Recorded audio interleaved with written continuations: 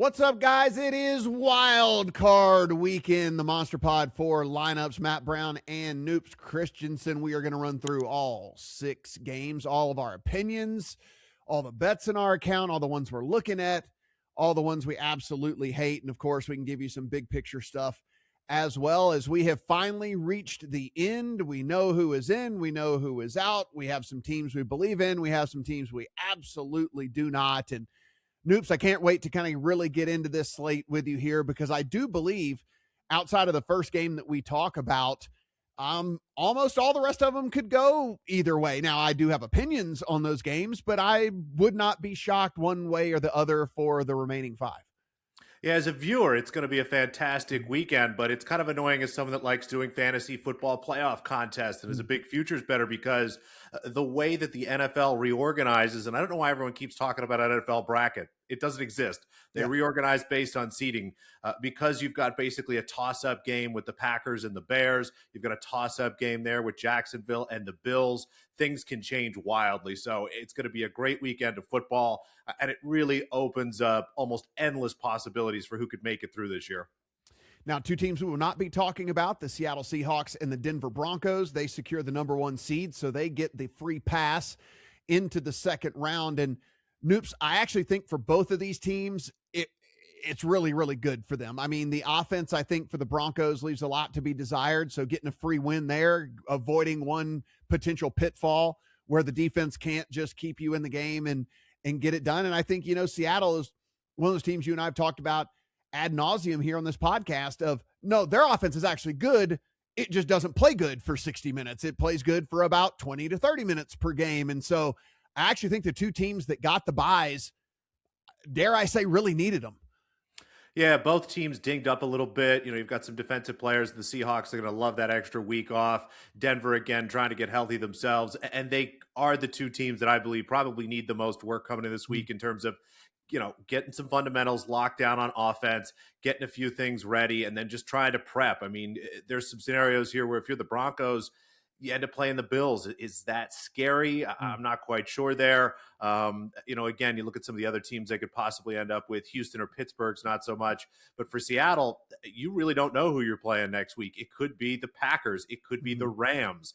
It could be the 49ers again. So a lot to deal with. And I think, again, given how much those 2 teams rely on defense, like you said, extra time is definitely more better. So let's kick things off here on Saturday afternoon. And this is the game where I think I have the least amount of worry for the favorite, and that is the Rams on the road at Carolina. They are 10.5 point favorites in this one.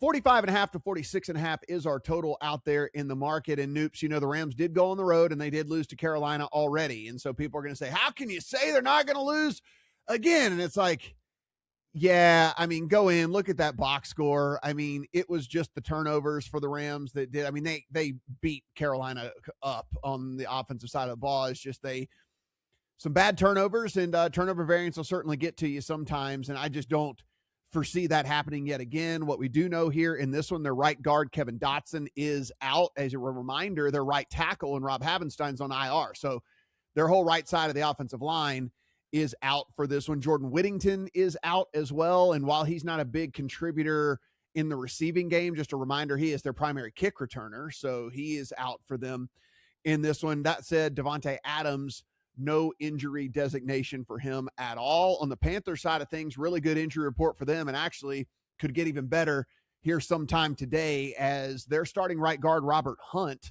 practiced in full all week long. He's been on IR all season long. He tore his pec in week 2. And there's a good chance that he gets activated for this game. Canales said we're not putting him out there part-time. If he's playing, he's playing. He's been fired up to help his teammates. And so if anything, the Panthers actually getting a better injury report than could be expected for them. So Noops, again, I still don't believe that the Rams dropped this game, but I would be remiss if I didn't say they are missing the entire right side of their offensive line, which we know is never good. Yeah, and again, you see, again, Dotson's going to be out. That's the only real missing piece. And to go back around that first time they played, you need to put even more context. As you mentioned, the turnovers and all that stuff, it was a classic letdown spot. If you look at the Rams' schedule, they go to Carolina after beating San Francisco in San Francisco, beating Seattle at home, and Tampa Bay at home. They then have to travel across the country in an early game on Sunday to play this Panthers team in a game where they had the lead going into halftime. And again, now it is an early game. They do have that same travel spot, but Devontae Adams being back is huge, as is Quentin Lake. If you take a look at Rams defensive splits with and without Quentin Lake, when Lake's on the field, they're one of the 3-4 best defenses in the NFL. When he's off, that's when they've been easier to pass on here. So I think this is a great, great spot for the Rams. That said, we've seen Carolina be great down late in games. So that 10.5 feels just like a little too much for me. I think you're just going to be terrified, even if you've got the Rams are up 14, 15 points late in the game. You've got Carolina driving. So the angle I'm going to take, this Rams offense has been the best in the NFL for pretty much all season. They've been 1-2 DVOA pretty much the whole time. I'm seeing their team total at 28.5. If you got a 29.5 at plus money, again, that tends not to exist. The difference between 28.5 and 29.5 is almost meaningless, but any Rams team total under 30 looks like a really easy bet for me.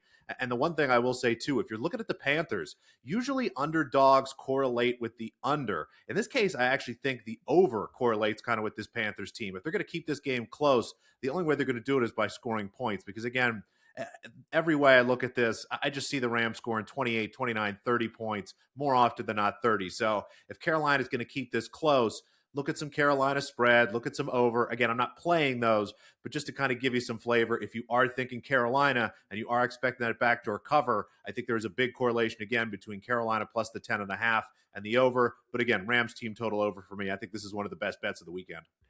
Yeah, it is.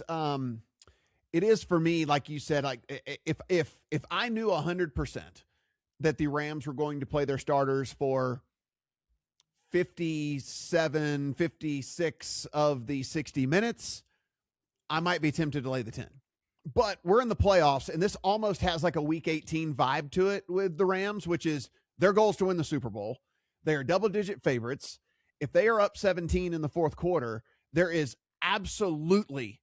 actually negative incentive for them to keep players on the field. I mean, like, you got a 37-year-old quarterback. You got Devontae Adams, who had to miss several games because of a hamstring. Puka Nakua's taken some pretty big hits this year, and, like, you probably don't want to take a chance on him taking another one for absolutely no reason. I look at it, and I think McVay is sharp enough to where, if he feels pretty comfortable about the lead in the fourth quarter, these dudes are going to see the sidelines, and they should. I mean, like, literally, again, the goal now is to win the Super Bowl. There's nothing else other than winning the Super Bowl that should be on these guys' mind right now. It doesn't matter how many points you win by. And so that's why I kind of can't get there. Again, if I knew they were going to play all game, laying the 10 seems about right to me, because if you look at my power ratings, I've got them, 12 points better. I mean, so it's one of those deals where I can't quite get there. That said, I'm not, for whatever reason, I'm not running to put the 10.5 in the account either. So no. It's super weird for me. I will say Puka Nacua is likely going to feast against this secondary, and he's at 90.5 yards. And typically you'd be like, dude, 90.5 yards, that is absurd. But again, it's the playoffs. It's Matthew Stafford going to feed his dude. He's going to get this is not going to be mess around time and all of that. He's not spreading the ball around for the fun of it. I think Puka Nacua, again, as long as I get three plus quarters out of Puka Nacua, I think this number is too low. I have him now. I'm super aggressive in my projections. Most systems out there have him kind of like 96, 97 yards, which still is over what it's listed at right now. I got him at 106 because I just think he gets an extra target or two. He has a super high catch percentage as it is anyway, and all of that. And so I played the over 90.5. There's a market low of 85.5 out there at Fanatics. If you're in a Fanatic, now you got to lay 125 juice. I'm not totally about that, but I mean, it's still 114 to play the over on the 90.5. So it's kind of just pick your poison there, whatever makes you feel a little bit more comfortable. But Noops, I think Nakua just goes off in this game. Makes a ton of sense to me. His touchdown price, and again, in a game where the Rams are big favorites, I generally only look to bet big underdogs or call it 2-1 better odds. But I'm seeing Puka to score a touchdown at -110. Devontae Adams is ahead of him. Kieran Williams is ahead of him. That doesn't make a lot of sense to me either. So, as square as it sounds, Puka 100 plus and a touchdown parlay seems kind of like easy money. The other thing that I'm like looking at here, we always have those like weekly leader markets, and like Puka Nakua is plus 425 to lead the week in receiving yards. He is, by my projections, 34 yards ahead of the next closest dude. If you look at all the very respected projection sites out there, your 4-for-4s and FTNs and whatever the world, he's 24 to 7 yards more than everybody else out there or whatever. Like, and you're still getting over 4-1 on him to lead in receiving. And like, here's the other thing about this. Like, Devontae Adams is a touchdown maker, but he's not a yard guy. Like, Nico Collins he's the, in my opinion, pretty much the only real threat here because he is the true alpha there of Houston. But are we worried about Houston just lighting it up on offense and all of this? I mean, it's split between A.J. Brown and Devonta Smith. You never know which Packer it's going to be. Like, you have absolutely no clue there at all. You think George Kittle is really going to out-receive Puka Nakua? I mean, he's the number one receiver for the 49ers. Like, I don't know. Like, the more and more DK Metcalf is going to get the Stingley treatment. I mean, like, there's just like so many things here that it's not a sexy number. It's still over 4-1. I mean, like, are we turning our nose up at 4-1 bets? I'm not. And as I'm looking at this list, I'm surprised because I've got somebody for the rushing yards. We'll talk about it in a different game here. But yeah, so you look at this list, like you said, you got Nico Collins. He's second favorite, but we'll talk about that game a little bit later. Could possibly be wind in that game. Should be a really ugly game. The Steelers are going to be able to pressure Stroud. You've got A.J. Brown next. We've seen how pitiful that Eagles offense can be, especially going against a 49ers team where running the ball makes the most sense. All the Packers guys, again, the Green Bay is going to want to run the ball against the Bears. There's not going to be a lot of opportunity to throw. I think Metcalf's going to get a lot of targets this week, but with Stingley on him, I don't know how good those targets are. So yeah, as I look down the list, the only other guy I'd maybe talk myself into is somebody playing in this game, Tet McMillan at 16-1, because simply just the amount of volume he's going to get down the field. But I think you're right. And I always sort of hate the way people talk about markets like this where Puka's the favorite. You're 4-1. I guess you have the lowest price to everybody, but it's not like we're laying juice. So I think you're right. If you're bullish on Puka, 100+ receiving yards, sprinkle a little bit about this, take a unit and a half, chop it up and get creative with it. And I'm going to bring one last wacky one to you here, Noops, and you got to let me know how you feel about this. So if we think the Rams score in this game, and you obviously do because you like their team total, Harrison Mevis, if you're wondering, he's their kicker, over 3.5 PATs. So they got to score 4 touchdowns in the game, is plus 151. So if we like them to score points and not have to settle for field goals and whatever, the 4 point after tries, so over 3.5, is juiced to plus 151. And I'm just going, I mean, I understand you can still get to the team total with field goals and things. I do get that, but I'm kind of like, to get to where they need to be for this spread to make sense, they definitely got to score 3 touchdowns. And so now I'm just kind of like, assuming they get the 4th at plus 151 odds. Like, I don't know. It's something I rarely look at, but I'm just like, damn, that seems like almost mispriced to me, given what their team total is, what the spread is in this thing, like all the stuff like that. I love this bet. I think this is a banger. Like you said, I like the Rams to score. Mevis has kicked in 9 games for the Rams this year. He's had 4 extra points in 7 of them.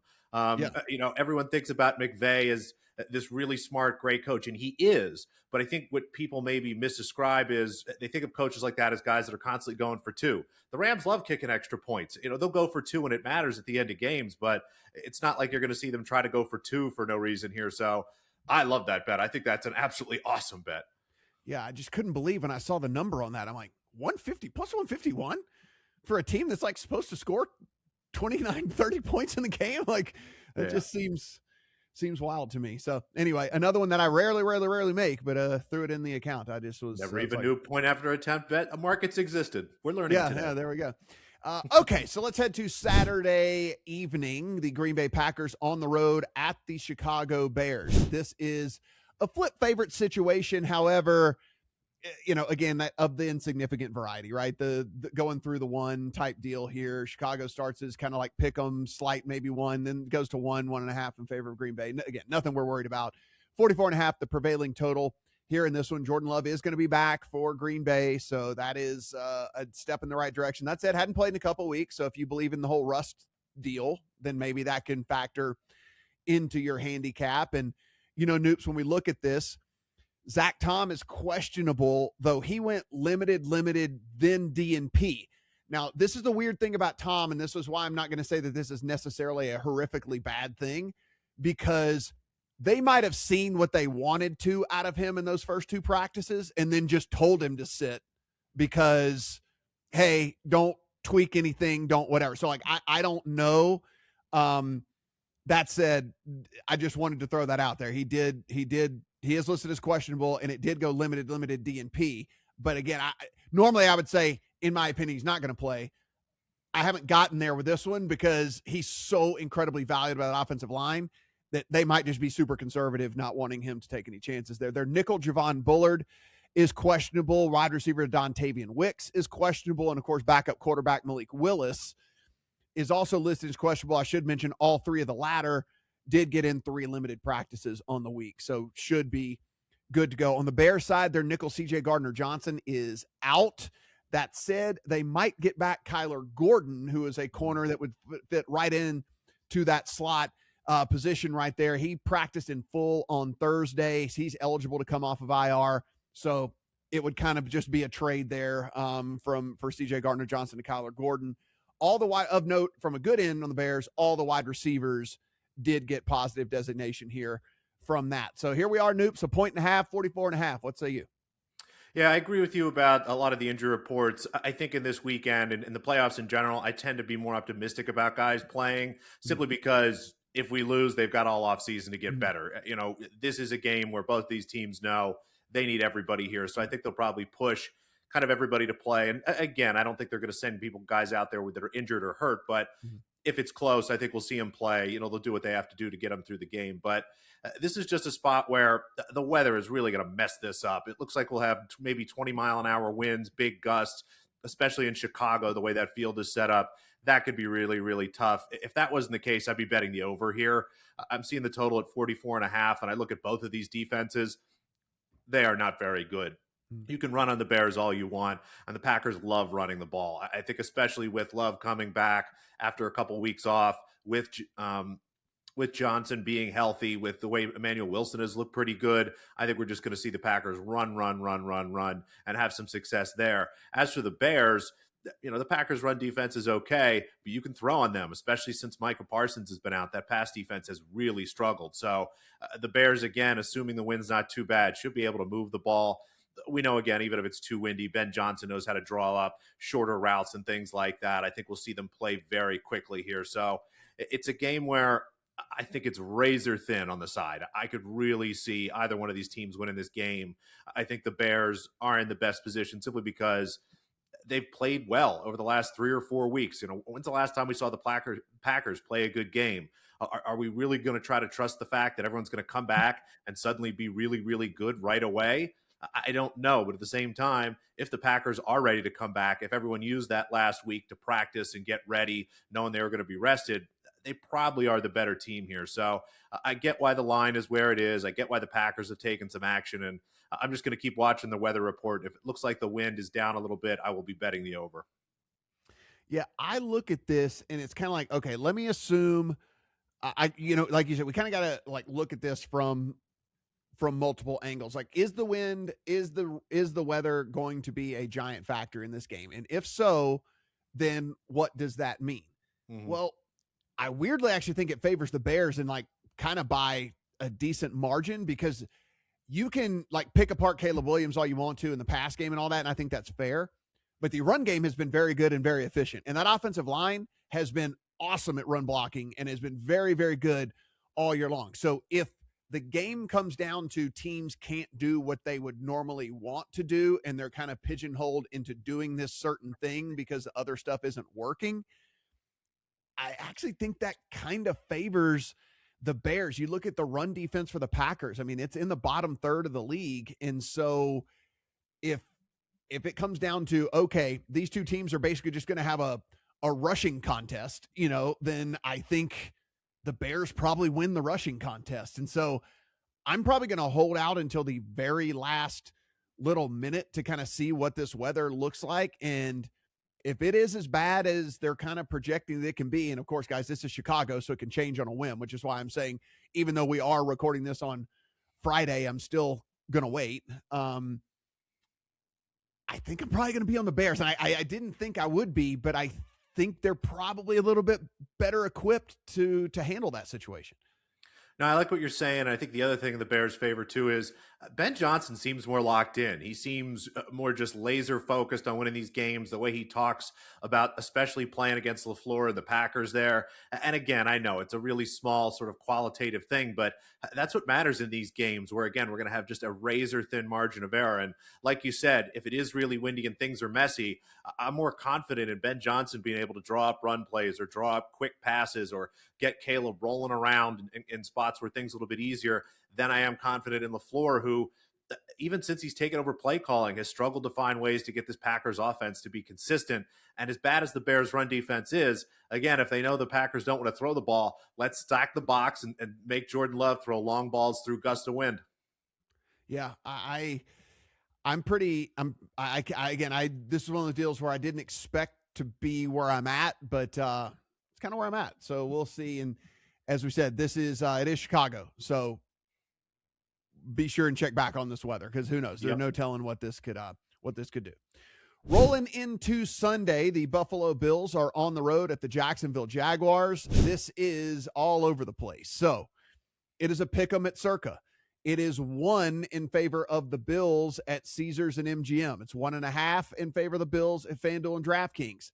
It is actually a slight favorite for Jacksonville at Fanatics. And so, we are starting to see a bunch of different stuff come in here in the market. 51.5, though, is the only thing that is kind of agreed upon. 51.5 is the total here in this one. Now, if we look at what I think the Bills' identity is here, Noops, it's feed James Cook, let him run wild if he can, try to limit Josh Allen having to throw to what is a pretty, mediocre set of receivers in the game. I just wonder, with as good as Jacksonville's defense has played over the last, second half of the season and how they've really come around, if that's going to work. I'm just very, very curious. This game fascinates me in every single aspect.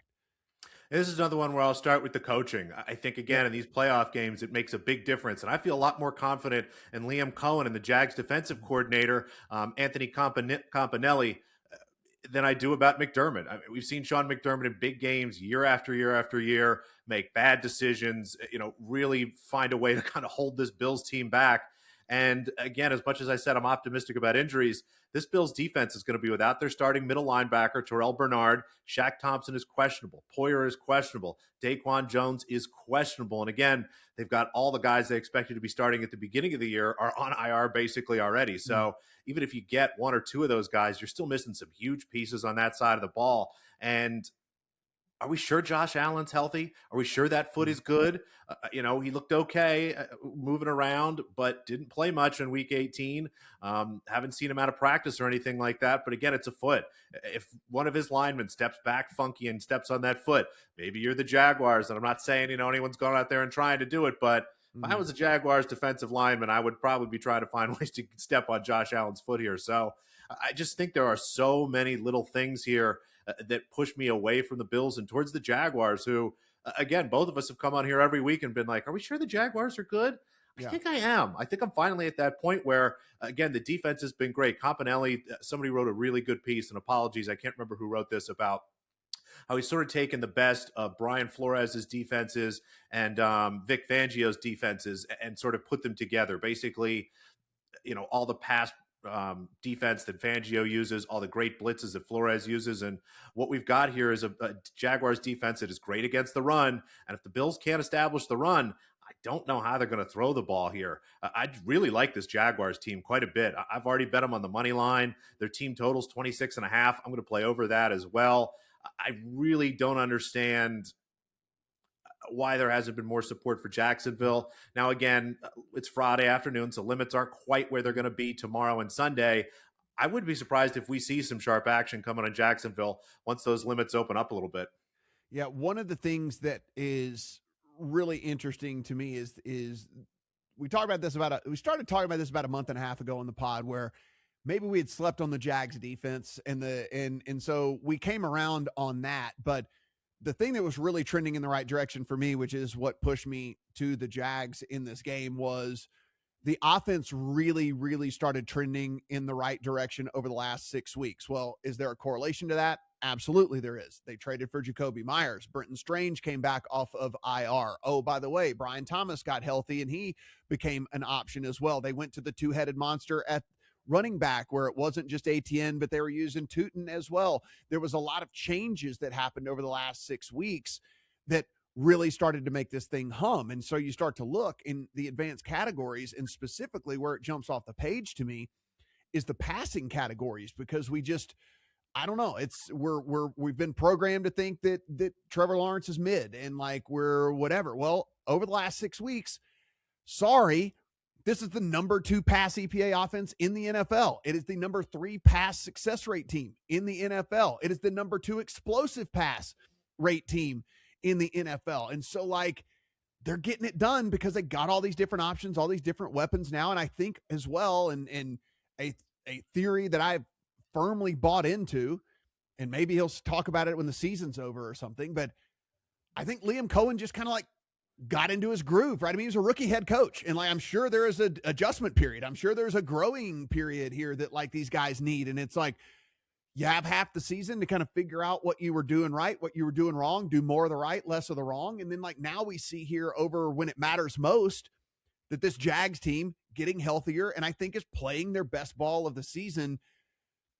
I have them in this game, but Noops, I bet them. We talked about it a few weeks ago on the pod. I bet them to win the Super Bowl. I have some exactas out there with Jacksonville and the Eagles, and Jacksonville and the Rams. Like, you know, Jacksonville to beat the Rams, Jacksonville to lose to the Rams, Jacksonville to beat the Eagles, the Eagles to beat Jacksonville. Like, I think in the AFC, if they make it through this game, I think this might be their biggest test. I think this might be their biggest test. You have the best quarterback in the playoffs you're going up against, and you can never count that out. Josh Allen has willed this team to multiple wins just this season. We watched it with our own eyes, but I think it might be too much to overcome here. So not only like the Jags here, I kind of bought in on them. No, I agree. And I was thinking the exact same thing as you were saying it. This might be the Jaguars' toughest game, depending on how you feel about the Patriots and the Broncos, if they even make it that far. The Bills probably are the scariest team simply because you've got Josh Allen. You know, when you play against the Patriots, you've got a better defense than the Patriots. Your offense maybe is not as great as Drake May and the Pats have been, but it's pretty stinking good. And it's not like that Patriots defense has been fantastic.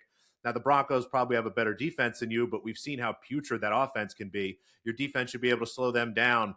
And again, Cohen has done such a good job of making things easy for Trevor Lawrence. I agree with you. I'm definitely going to be adding some Jaguars Super Bowl stuff. I already have some in my pocket, but I think I'm going to look at a little more. I mean, I'm looking at 13-1.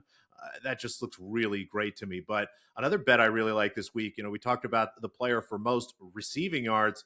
Travis Etienne is plus 850 to have the most rushing yards this week. He's behind James Cook, Saquon Barkley, Josh Jacobs, and just ahead of Kieran Williams here against a Bills defense that was bad against the run when they have everybody. If these guys are all out, I know that Tootin is back, but you go and look, Etienne has had at least 2 times the amount of carries as Tootin has had in games they played, and that spread has actually gotten bigger as the season has gone along. I love Etienne here at plus 850 to have the most rush yards. Not only is the matchup good, I think the game state is great. If the Jaguars get an early lead, they're just going to run, try to get as much time off this clock as possible. So what do you think of Etienne, most rushing yards this week at plus 850? So I can tell you this, if I believe in Liam Cohen, and like, which I just said that I do, and I think that he really found he had his fastball at the beginning of the year, but I think he's now painting the corners with it. So you look at this team, Bills 30th in the NFL in rush defense EPA. If you look, they are particularly bad at tackling. I mean, you look at these dudes, like most of their like tacklers on the team are in the top 20 for missed tackle rate. Like I'm looking at this right now, like all three, Shaq Thompson, Terrell Bernard, and Dorian Williams, I know they're all not going to play, but they're all in the top. They're all three in the top 20 in missed tackle rate, and like in the NFL. And like, so I think you look at this and you just say, okay, sure, we'll pass. It's not like we're going to get away from what got us here, but we probably should attack this team where it hurts the most, and that's them defending the run. And so, like you said, I think there's two different paths to this getting home, which is what I love about, you know, a lot of these bets that whenever we put them in for longer shots, it's like, if there's only one way for it to get there, the one way normally doesn't work. But like you said, there's two different paths. One, they absolutely just lean on ATN to carry the load here and attack what is the weakness of this defense. And two, they actually get ahead. And so he actually gets exponentially more carries than we have him projected for, because why are you going to throw the ball when you don't have to? You just go ahead and salt this clock and run it out. So I do like the two-way bets as well. That one's interesting. You know what? I'll join you on that one since you're joining me on Pook, I'll join you there on that one. Absolutely. And we'll toast it whenever it hits. No, San I like Francisco that. on the road at Philadelphia. This is now anywhere from a juiced 4.5 to 5.5 in favor of the Eagles. 44.5 is the prevailing total here in this one. Now, San Francisco, there is an obvious flaw here in this one. As good as the offense is, the defense is equally as bad. And so the thing will be, Noops, is they're heading into Philadelphia, and we can like nitpick the offense for Philly all we want to, and I think that we will, and it's fair. But the defense has shown up all season, and they've shown up like they've consistently been inside the top 7 in pretty much every category for the entire season long. So as good as the offense is for San Francisco, does it work against Philly? Because the thing that scares me in this, if you want to back the 49ers, they are incredibly efficient, which is a good thing, but they get no friggin' explosive plays. None. Like, they get no chunk plays at all. They don't have a receiver that does that. Pearsall was supposed to be the dude. He can't stay on the field and whatever. There's no connection between him and Purdy now and whatever. It is McCaffrey out of the backfield. It is Kittle for 8 yards. It is sometimes Juwan Jennings for 8 to 11 yards, like all of that. No explosive whatsoever. So basically their offense has to run as efficiently as it has run all year, because if not, you are going to get the hell beat out of you, because you just can't keep stringing together 11 and 12 play drives to score every single time in the NFL. It just doesn't work out for you very often. So it's kind of like good on good, right? Like a really, really, really good San Francisco offense, but a really, really, really good Philadelphia defense that ranks inside the top 3 in preventing success rate, which means you're kind of always playing from behind the chains.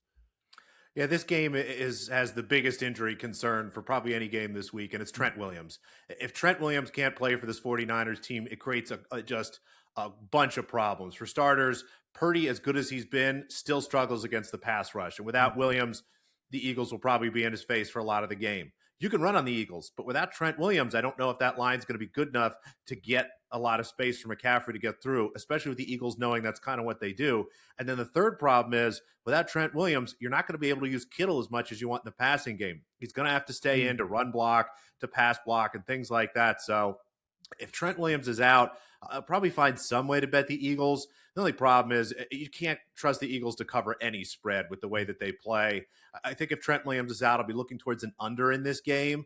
Again, I think we just sort of end up in a ball control game where it's going to be hard for the 49ers to move the ball up and down the field.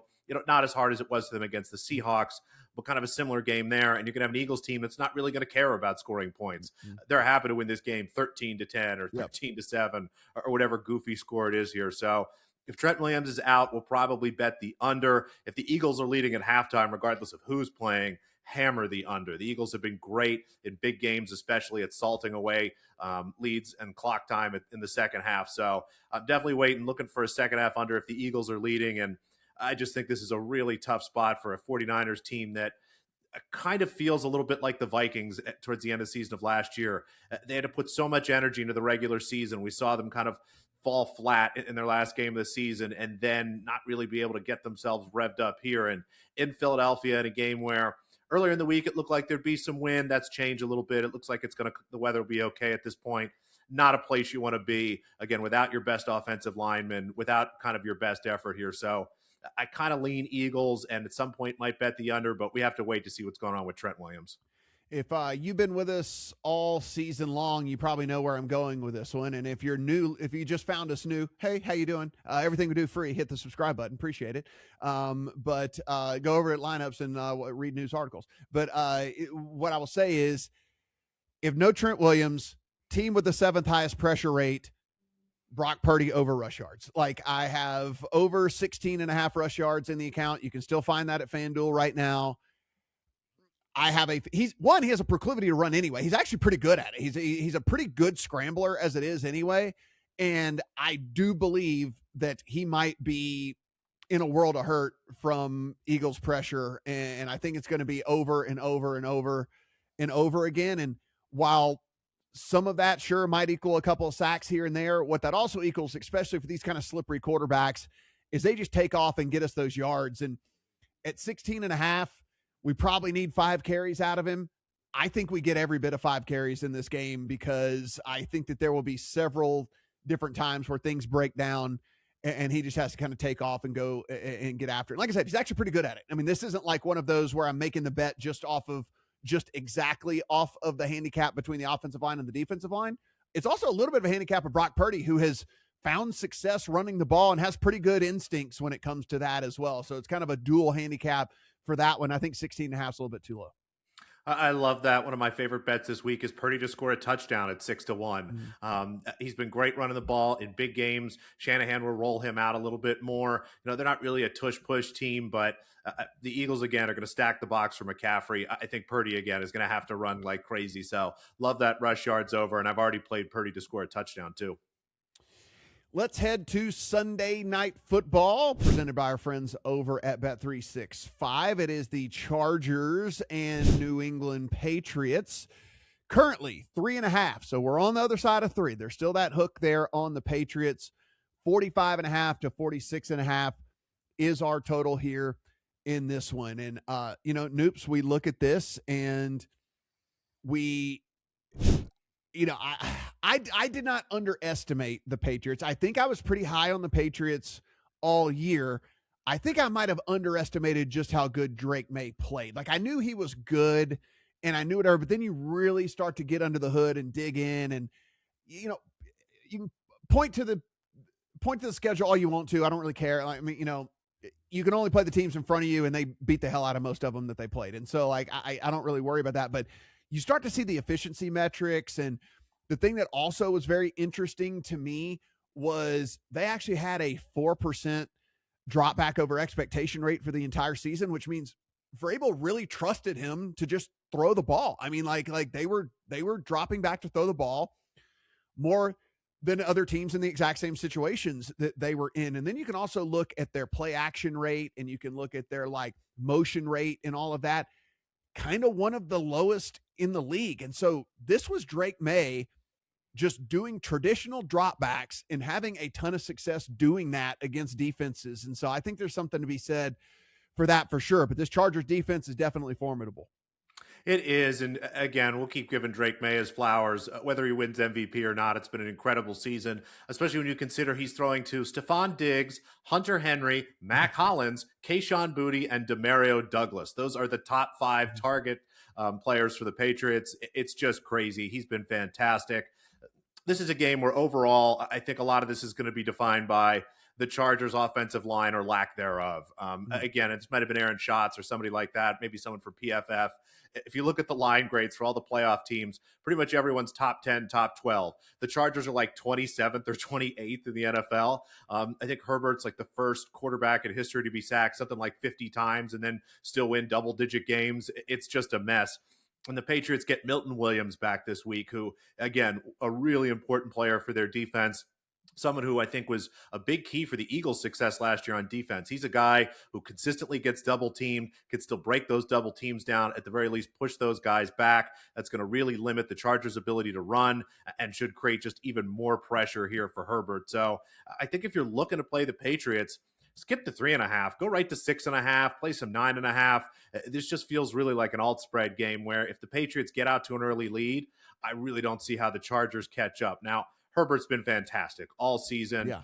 He's got some good skill position players there. I think the Patriots defense, a little bit overrated when it comes to defending the middle of the field where, you know, Herbert loves to throw to Gadsden there, the tight end, and Keenan Allen in the middle of the field. So, again, maybe late if you're holding some of these alt spreads, you're worried about the back door. But, again, you're looking at some really nice numbers here for that. You know, as I look at some of these alt spreads for the Patriots, I just think, again, when they get out here, there's going to be a chance for them to really sort of spread this game out. I'm seeing -6.5 plus 136, -9.5 plus 220, even -13.5 plus 340. I think there is definitely several versions of this game where you're looking at Patriots by 2+ touchdowns.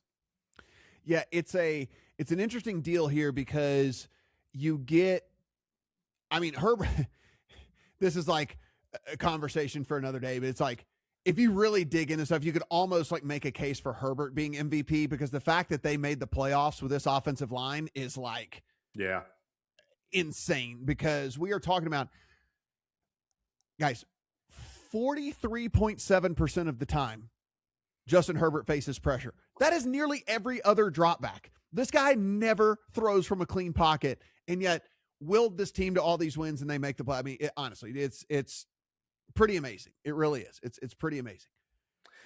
They drew about the best draw they could get in the Patriots as far as having this really crappy offensive line. So you're going to look at pressure rate and you're going to see, and as you're like, what are you talking about, dude? Like the Patriots were 9th in pressure rate on the season. True. However, the bulk of that pressure comes when they blitz. And so when you blitz, you do at least leave the quarterback some options. And Justin Herbert is about as good as any of them at finding those options.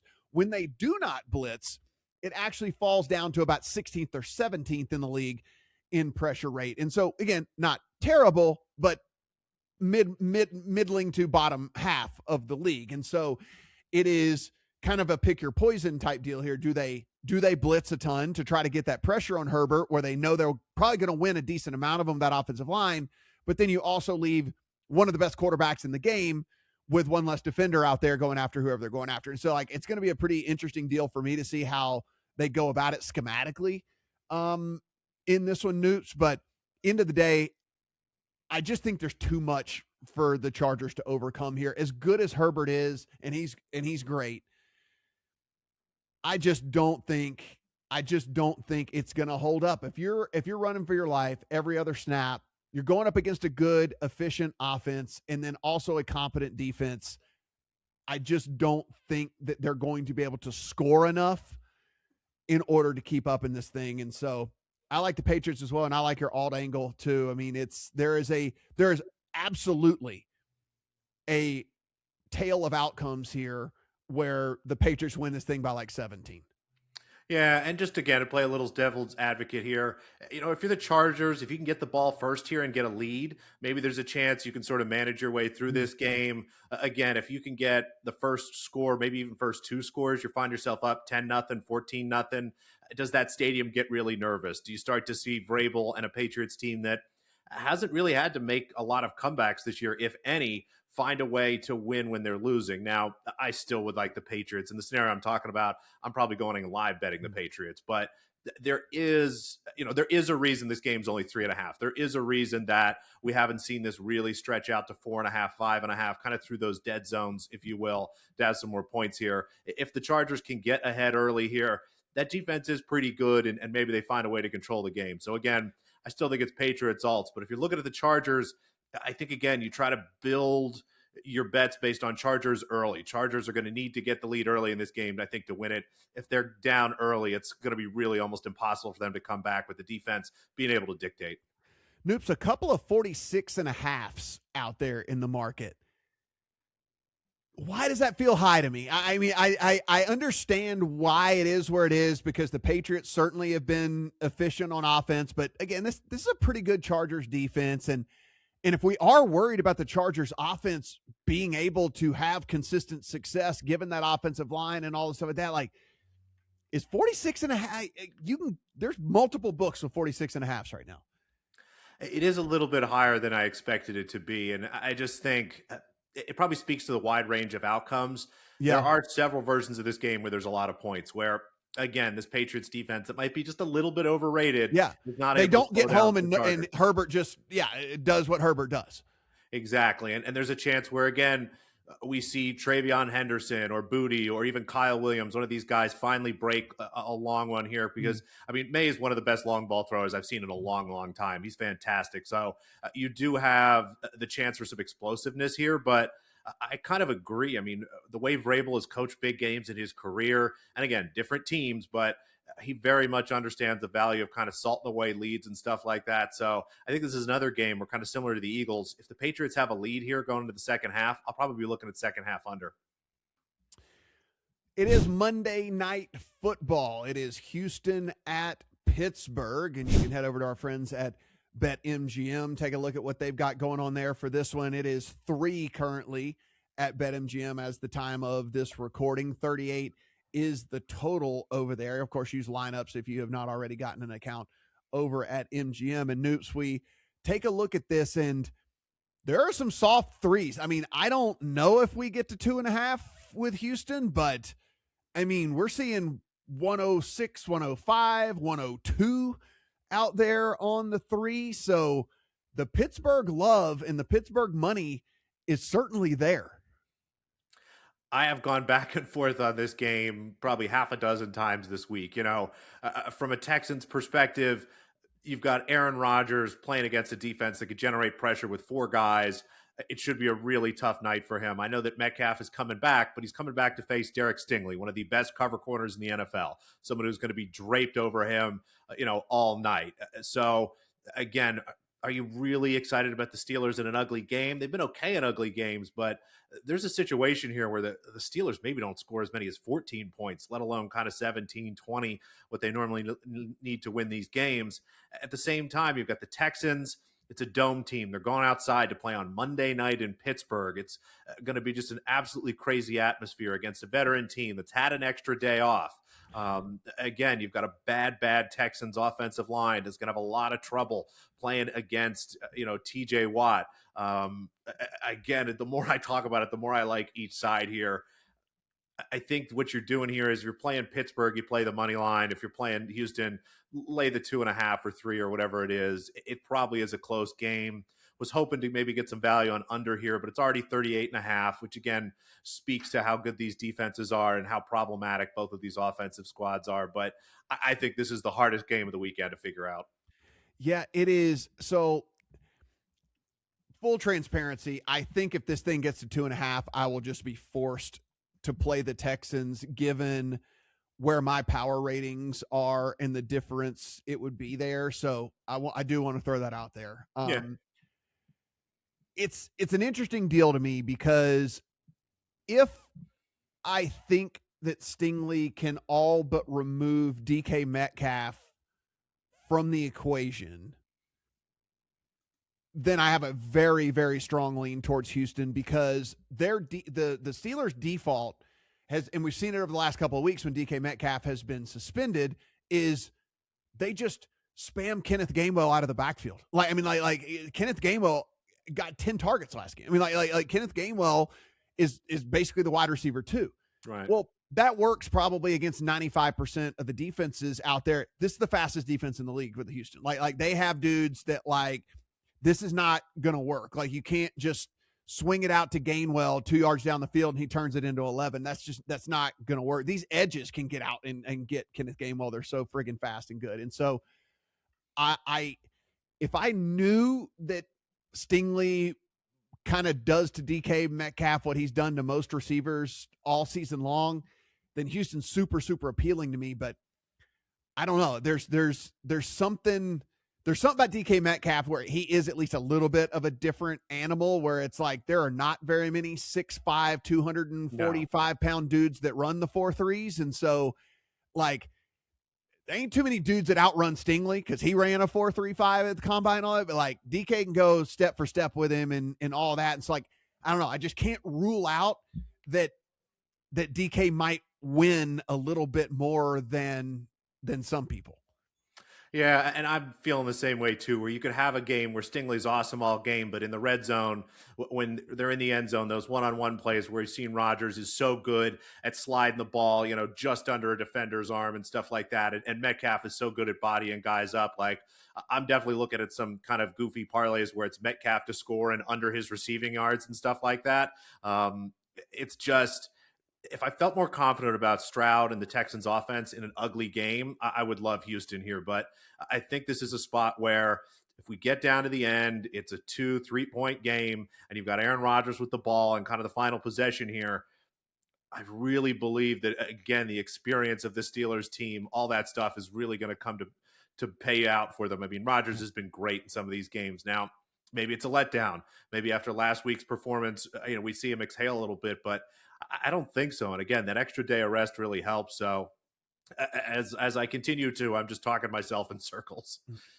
Yeah, there's like a fundamental thing too that, like, I'm very, very curious about how schematically these teams play this. So Aaron Rodgers has faced the most blitzes in the league because he can't move anymore. And so, right, like, they blitz him and, like, he just gets sacked because Aaron, like, the arm, you saw it a couple times over last month. Like, the arm is still mostly there or whatever. The legs are gone though. Like yeah. The legs are shot. And so teams are just blitzing the hell out of Aaron Rodgers. I mean, literally faced the most blitzes of any quarterback in the NFL this year. And that said, the Texans never blitz because they don't have to. Like, the front four gets home so much. So it's like, do they blitz a little bit more than normal to, like, see if, like, oh my God, we're just going to give him absolutely no time to throw? Like, again, like, we're talking literally the dead last team in blitz rate, in